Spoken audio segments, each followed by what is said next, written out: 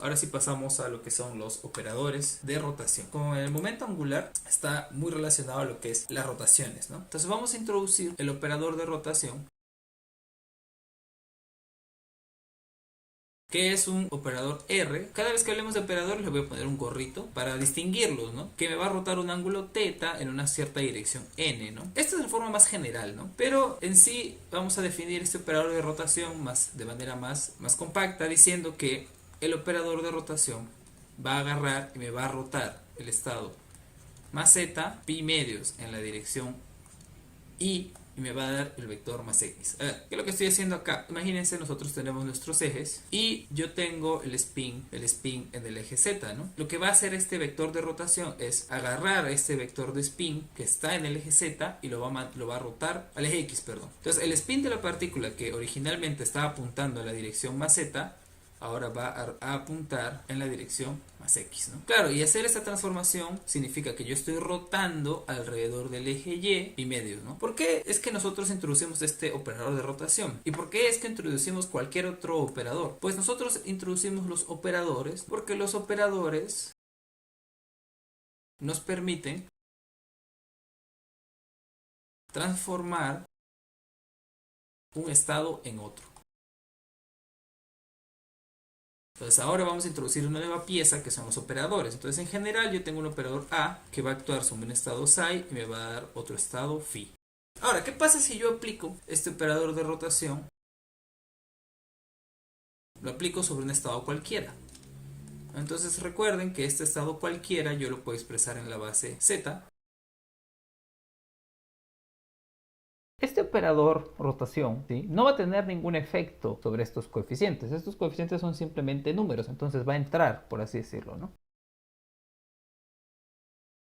Y va a actuar directamente sobre los estados. Ahora, ya vimos que cuando actúa sobre el más z me da el más x.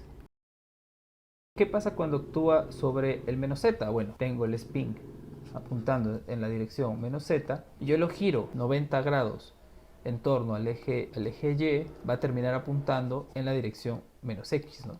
Así es como podemos saber cómo se van a transformar todos estos vectores, ¿no? Entonces acá sería... Entonces fíjense que este es un estado que es distinto a nuestro estado psi original, porque esos coeficientes siguen siendo los mismos, pero la base ha cambiado, fíjense. Ahora vamos a introducir algo que se llama el operador adjunto, ¿no? El operador adjunto viene de preguntarnos, yo tengo esto. Ok, entonces yo quiero esto pasarlo a bra. Entonces digo, bueno, el x para convertirlo en bra, ¿no? Lo volteo. Ahora, ¿pero qué pasa con este r, no? La pregunta es, ¿qué pasa con el r? Podemos decir, bueno, voy a dejarlo tal cual. Voy a dejarlo igual, pero el más z lo voy a pasar al otro lado. O sea, voy a invertir el orden, ¿no? Entonces digo, bueno, vamos a probar si esto funciona. Entonces hay que recordar que más x con más x tiene que ser igual a 1. Pero por otro lado yo estoy diciendo que más x es igual al más z, pero rotado, ¿no?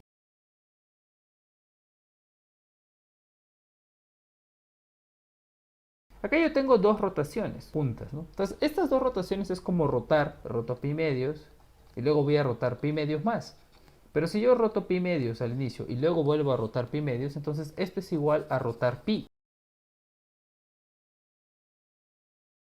Yo tengo más z arriba y lo roto pi grados o 180, voy a terminar con el menos z. Entonces acá sería más z y menos z. Y esto, por lo que hemos visto, es igual a 0. Entonces tenemos una contradicción acá. Tengo esta contradicción de que por un lado me dice que es 1, por otro lado me dice que es 0. Entonces esto no funciona. Vamos a introducir otro operador que vamos a llamar el operador adjunto. El operador adjunto lo vamos a llamar rdaga. Entonces vamos a introducir este operador adjunto que lo vamos a denominar con este símbolo. Si es una cruz, se llama daga. En inglés se llama dagger. Entonces vamos a decir que, ¿no? O sea, cuando paso del Kate al bra, lo que voy a tener es no el mismo operador, sino voy a tener el operador adjunto. Entonces, cuando yo vuelva a hacer esto, este bracket, ¿no? Más x, voy a tener más z con el operador adjunto. Entonces, esto debe ser igual a 1. Entonces todo esto de acá debe ser igual a la identidad, que voy a llamar I. ¿Qué es el operador de identidad? El operador de identidad es el operador que no hace nada. Entonces lo que me está diciendo es que la combinación de estos dos no tiene que hacer nada para que me salga uno, porque si no me voy a meter otra vez en problemas, ¿no? Acá acuérdense de que cuando yo tengo A y B me dan la identidad, entonces yo voy a tener que B es igual a la inversa de A. Entonces acá va a pasar lo mismo. De esta ecuación puede deducir rápidamente que R daga es la inversa del operador de rotación. O sea, me deshace la rotación. ¿Qué es lo que significa esto? Si el vector de rotación, ¿no? Acá decimos, ¿no? Rota 90 grados alrededor del eje lleno. Entonces, el operador adjunto lo que va a hacer es que va a rotar menos 90 grados, ¿no? O también lo pueden ver, este rota en sentido antihorario.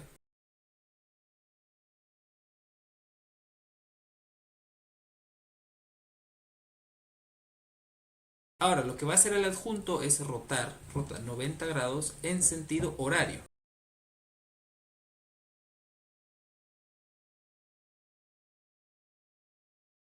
Entonces, ¿no? Teníamos el spin Z y R me lo rotaba 90 grados. Entonces lo que va a hacer R daga es que, por ejemplo, si yo tengo el spin más X, me lo va a rotar 90 grados pero en sentido antihorario. Es la rotación opuesta, ¿no? Entonces si yo tengo acá más Z, me lo va a pasar a más X.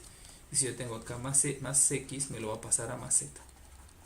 Pero eso es cuando actúa, pero sobre el qué, perdón, porque fíjense, sobre el bra sí lo rota 90 grados, ¿no? Cuando nosotros tenemos eso, que tenemos un operador y su adjunto lo multiplicamos por el operador y me da la identidad, de tal manera que la daga es igual a la inversa, decimos que este es un operador unitario. Y este tipo de operadores son muy importantes en la mecánica cuántica, porque resulta de que este tipo de operadores no me cambian las probabilidades. O sea, yo puedo aplicar transformaciones unitarias y la física, por así decirlo, va a seguir siendo la misma. Entonces, todo lo que no me cambia la física siempre es muy importante, ¿no? Porque la física no puede depender del sistema de referencia, no puede depender de la base, no puede depender de nada de esas cosas. Ahora vamos a ver el generador de las rotaciones.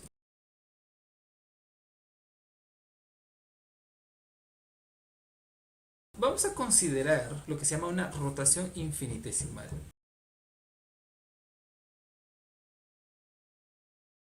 ¿Qué es una rotación infinitesimal? Pues es una rotación muy pequeña. Entonces vamos a considerar una rotación infinitesimal por un ángulo delta phi. Y vamos a considerar esta rotación, ¿no? La rotación de este ángulo chiquitito alrededor del eje J.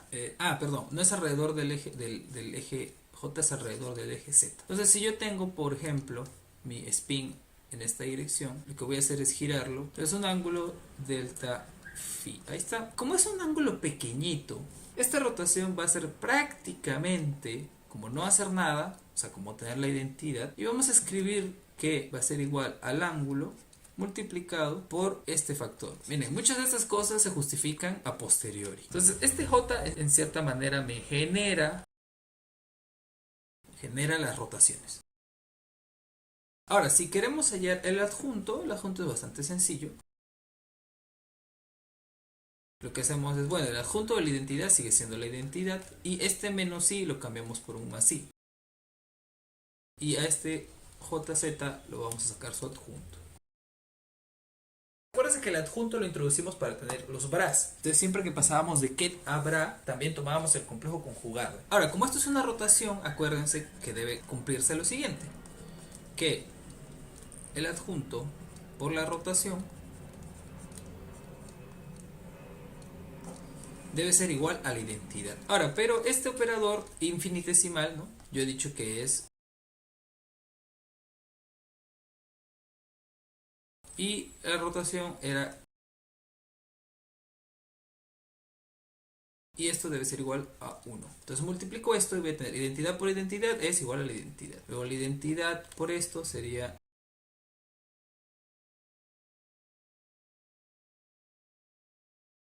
Acá va a ser algo por delta phi al cuadrado. Pero cuando yo tengo algo que es infinitesimal o cuando tengo algo que es muy chiquito, no, es como que por ejemplo yo tengo 0.00001. Si yo elevo 0.0001 al cuadrado, ¿qué voy a tener? 0.000000001. Entonces si yo tengo algo chiquito y lo elevo al cuadrado, voy a tener algo mucho más chiquito. Entonces lo puedo despreciar. Entonces esto lo voy a considerar igual a 0. Todo esto va a ser igual a la identidad. Entonces esta i la puedo cancelar con esta i. Me va a quedar i h barra. Y esto va a ser igual a i h barra jz. Cancelo el delta phi, cancelo los i's, cancelo las h's. Y miren, obtenemos una ecuación muy importante, que es que jz daga debe ser igual a jz. Esto es distinto a lo que teníamos antes. Antes habíamos dicho que era igual a la inversa, ahora tenemos que son iguales. A esta clase de operadores se le llama operadores hermíticos. Y también son muy importantes en la mecánica cuántica. Justo estos operadores hermíticos me van a representar a los observables. Ahora, una rotación delta phi, yo quiero hacer una rotación, por ejemplo, un ángulo teta. Entonces yo en vez de hacer, digamos, una rotación, digamos, de corrido, puedo hacer una rotación por partes, ¿no? O sea, primero avanzo un delta teta, luego avanzo otro delta teta. Entonces yo puedo decir que este delta teta va a ser igual a un ángulo teta sobre n, que es el número de pasos. Entonces yo puedo reescribir mi rotación de esta forma.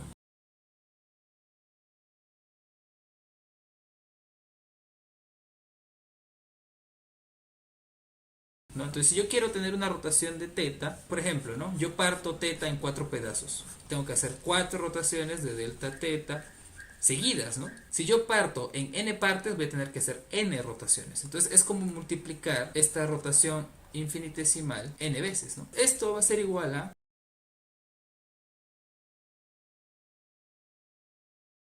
Ahora, yo quiero que este delta phi sea cada vez más chiquito, ¿no? Entonces lo que puedo hacer es agarrar y tomar el límite en el cual n se hace muy grande. Cuando yo tenía este límite, ¿no?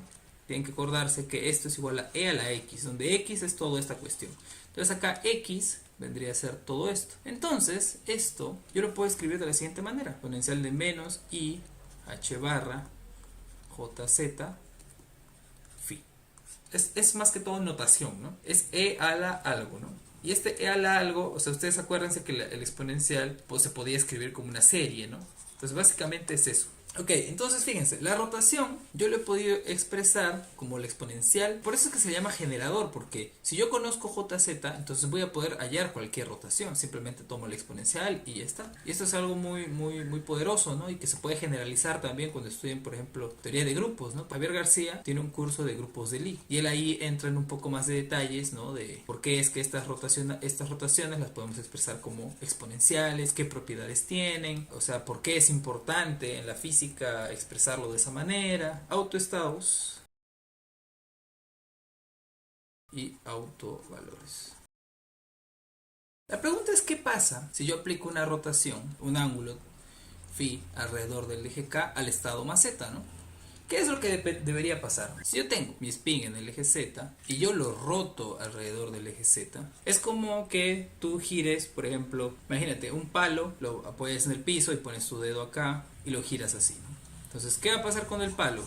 Bueno, el palo va a girar sobre su propio eje nada más, va a estar dando vueltas, pero no va a girar en otra dirección, ¿no? A diferencia, por ejemplo, si tú lo giras acá, en este punto, ¿no? Acá sí el palo se va a mover para acá o para acá, ¿no? Entonces, lo mismo pasa con el spin. Si yo giro el spin alrededor del eje Z, debo seguir yo teniendo el mismo vector, el mismo estado. Puede ser que acá hay una fase. Ahora, ¿por qué puede haber un e a la algo? Porque acuérdense que las fases no me cambian las probabilidades, entonces siempre puede que haya una fase, ¿no? Pero no es de preocuparse si hay una fase, porque no es el mismo estado, físicamente es el mismo estado. Vamos a ser más explícitos todavía. Entonces i a la algo. Como hemos dicho que el vector z, cuando yo lo roto alrededor del eje z, a la redundancia, no debe cambiar, entonces a lo mucho me puede dar una fase por el mismo vector. O sea, cuando yo aplique el jz sobre el vector más z, esto debe ser igual. A lo mucho debe ser un número por el mismo estado. Matemáticamente decimos entonces que más z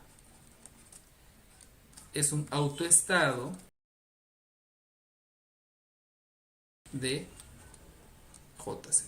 Y voy a decir más aún que me va a dar h barra medios. Y acá vamos a decir que h barra medios es un autovalor. Ahora, fíjense también que muy interesantemente, yo le he puesto acá que el autovalor es h barra medios. Es como si al aplicar este operador JZ, yo obtengo el valor del spin. Entonces, de alguna manera yo puedo identificar este vector JZ con el spin del electrón. Ahora, de manera más general, más abstracta, ¿no? Yo voy a tener A que va a actuar sobre un estado psi.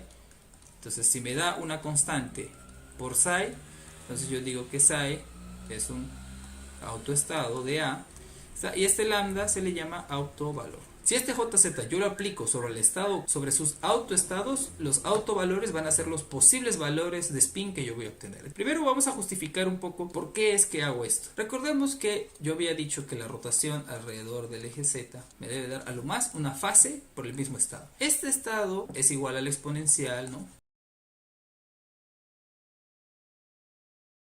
Ahora, acuérdense que la exponencial compleja la puedo escribir como una serie de Taylor.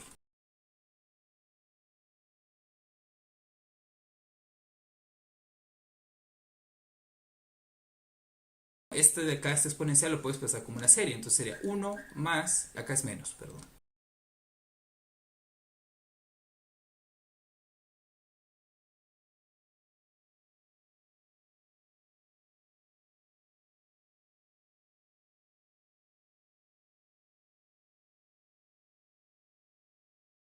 ¿No? O sea, esto va hasta el infinito. Entonces, acá sería...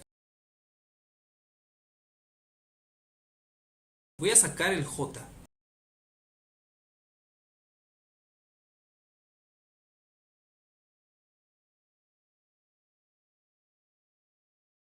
Cada uno de estos va a operar sobre el estado. Entonces JZ con Z habíamos dicho que es h barra medios por el estado. Yo tengo que JZ al cuadrado, y lo aplico sobre más Z, simplemente igual a JZ por JZ con el más Z, ¿no? Ahora, todo esto es igual a... Y esto nuevamente es lo mismo, ¿no? Entonces yo voy a tener... Ahora, si aplico el cubo, va a ocurrir exactamente lo mismo, entonces voy a tener h barra. Como hemos visto que más z es un autovalor de este jz, lo que va a pasar es que yo voy a obtener, ¿no? En general, cuando tenga jzn, entonces voy a tener que mi rotación, volviendo a la rotación, va a ser... y la identidad me da un 1, ¿no? Bueno, acá es la identidad en realidad, no es el 1. Pero la identidad me da el mismo estado, lo cual es equivalente a que me dé un 1, ¿no? Entonces acá sería 1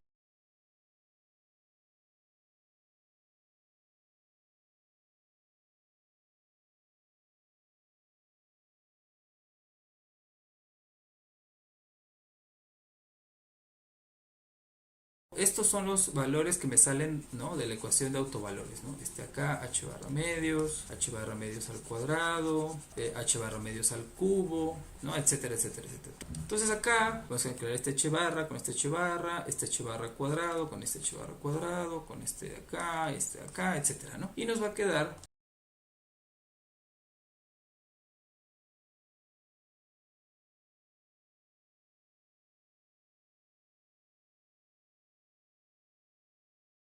y nuevamente usando nuestra serie, ¿sí? Está acá, fíjense que nuevamente tiene la misma forma, ¿no? Sería 1 más algo más 1 entre 2 factorial, algo al cuadrado más 1 entre 3 factorial por algo al cubo, etcétera, ¿no? Este es el algo, entonces esto sería e a la menos i teta medios. Entonces, fíjense, de esa ecuación hemos llegado a que se cumple lo que nosotros queríamos, que era que al rotar al estado más z alrededor del eje Z me dé solo una fase por el mismo estado, ¿no? Porque esta es una fase. Ok, entonces hemos justificado por qué debe ser un número, ¿no? O sea, por qué debe ser un autovalor.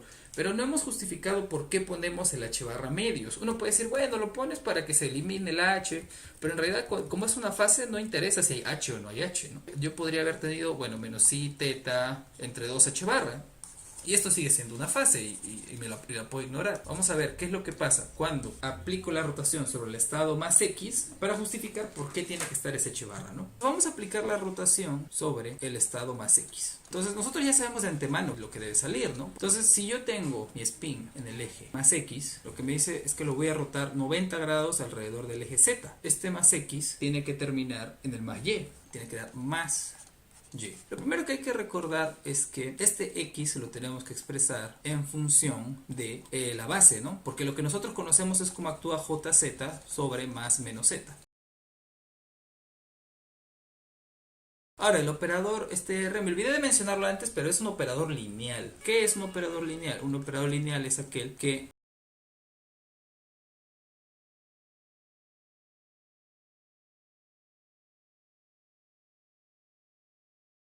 una forma práctica de verlo es como que el operador entra al paréntesis, ¿no? Ok, entonces como este operador es lineal, esto va a ser igual a 1 raíz de 2.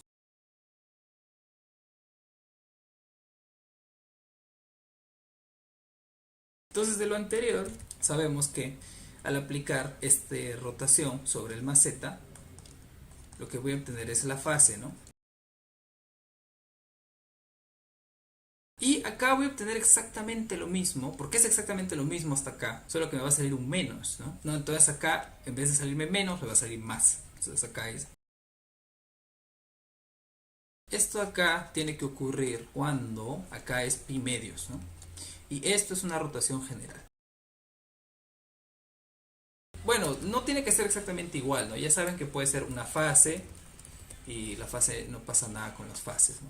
Puedo factorizar el e a la menos i teta medios. Ahora, ¿qué pasa si yo pongo el pi medios? Entonces acá sería rotación de pi medios, que es 90, acuérdense.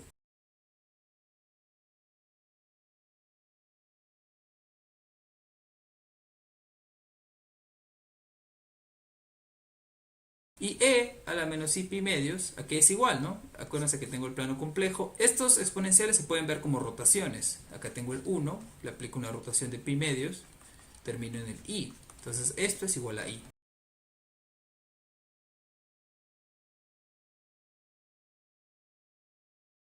Todo esto es igual a más i. Entonces esto va a ser igual a e a la menos i pi cuartos, que es una fase y no me interesa, más i. Entonces, ajá, se cumple nuevamente, o sea, lo que nosotros sabemos que debe pasar. Fíjense que por eso es importante el h barra, porque sin el h barra no hubiéramos podido recuperar esa fase, ¿no? Porque nos hubiera quedado un h barra acá abajo, no nos hubiera quedado e pi medios 2h barra, y esto pues quién sabe qué será, ¿no? Ok, entonces bueno, ya hemos visto que ese, o sea, el poner el j como el operador de spin resulta bastante bien, ¿no? O sea, me hace que todos mis resultados cuadren.